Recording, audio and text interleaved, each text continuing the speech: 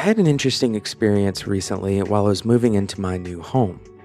See, I was trying to measure something.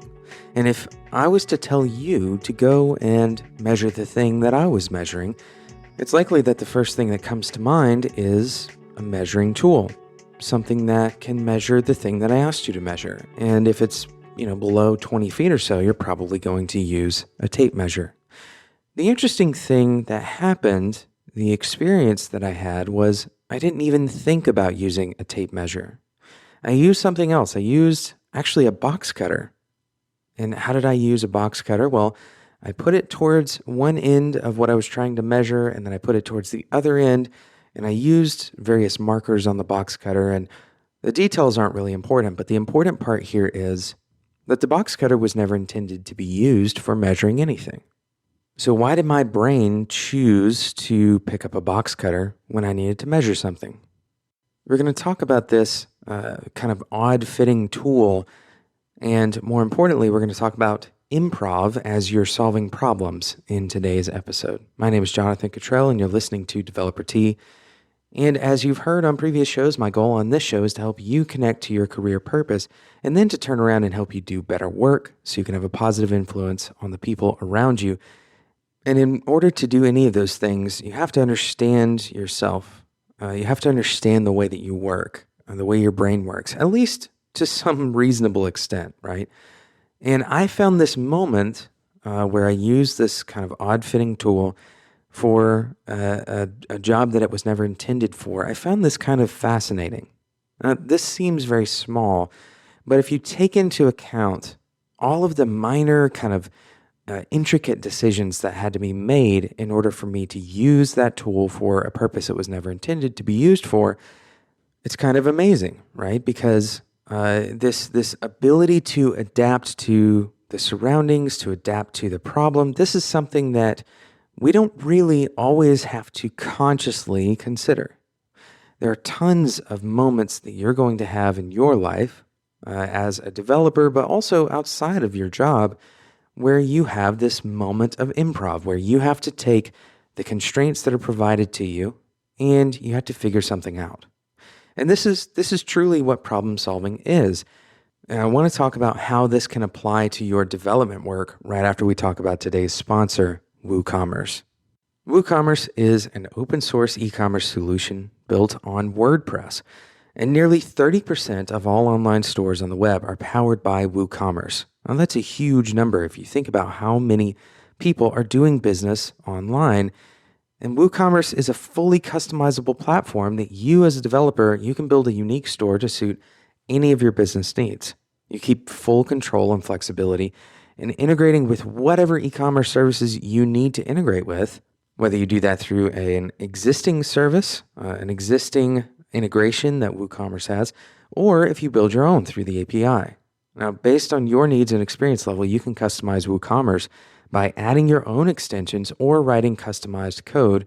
But of course, if you don't have that experience level, there are over 140 extensions available in the official WooCommerce.com marketplace. Now, subscribing for a year gets you support and updates for all of these extensions as well.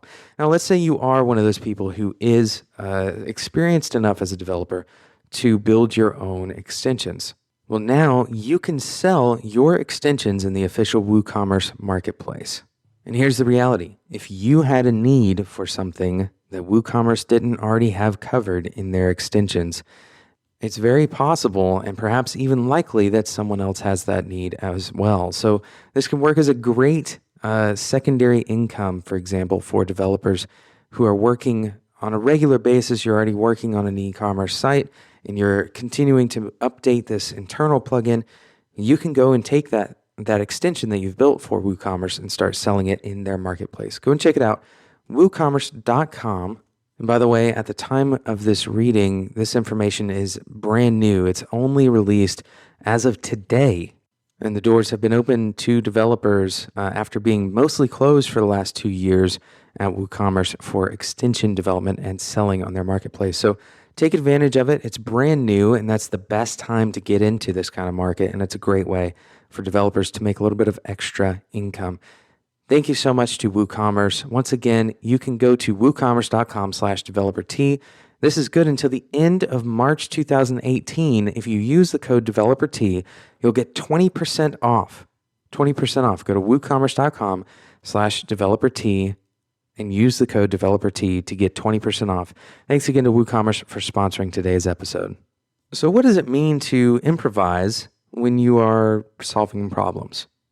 Well, in the simple example that I provided of using a box cutter to measure something, what it often means is doing something relatively unexpected, doing something that maybe you haven't done before, or putting one idea with another idea that generally those two ideas don't typically work together. But there's something interesting about this particular example that really does apply to developers, and that is that the improvised tool wasn't all that different from a measuring device. A tape measure, for example, is long and straight, and it has some kind of visual marking to show you just how long you've pulled the tape measure out. And the box cutter has various markings, even though they aren't necessarily given in some kind of standardized metric. They are markings that you can use to see, to compare two items up against that particular box cutter. And we keep on talking about the box cutter, but let's talk about code now.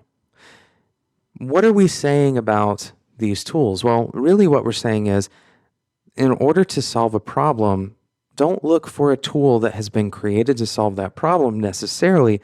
Instead, look for the characteristics that will solve the problem.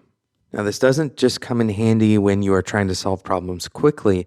It can also be an interesting source of innovation. What you're really doing is you're finding the underlying characteristics, the underlying kind of structural backbone of a given method or tool, and you're matching those characteristics to problems. And what this allows you to do is it allows you to have a much wider variety of tools at your disposal. For example, perhaps one of the most popular tools of my entire career to come out for web developers has been React. This is no surprise. And the interesting thing is, someone was able to identify that React isn't just for the web. In fact, the principles and the characteristics of rendering an interface very much so follow the same pattern no matter where that interface is rendered, especially for all 2D screens. So it makes sense to take some of those concepts, take some of that tool set, and adapt it to be used in other scenarios, right? Because what we've identified is characteristics of the tool rather than looking at what the tool is made to do. So I'd encourage you to, as you're choosing the tools that you're going to use, as you're choosing things that you're going to learn, don't think just about the thing that has a popular name. Don't reach only for the tools that are most obvious. Think about the characteristics of the problem and the characteristics of the tool that would fit that problem well. Thanks again for listening to today's episode of Developer T. We're going to start something kind of new on Developer T as we end out today's episode. And really, this is just kind of a short segment of Developer T where we're going to talk about some practical things that you might be able to use or that you might enjoy. And we're going to call this part of the show Jonathan's Picks. Today's pick is Mad Monk tea. I've talked about it a few times on the show before. It's incredible tea. It is loose leaf. If you've never had loose leaf, I highly encourage you to check it out. They have all the stuff that you need to get started, so you won't have to go and buy anything anywhere else. And you can get 15% off your first order. Head over to madmonktea.com. Use the code DeveloperT. Thank you so much for listening to today's episode of Developer T. Thank you again to WooCommerce for sponsoring today's episode. You can get 20% off of WooCommerce by heading over to woocommerce.com/developer-t. Use the code DeveloperT at checkout. That code is good until the end of March. Thank you so much for listening, and until next time, enjoy your tea.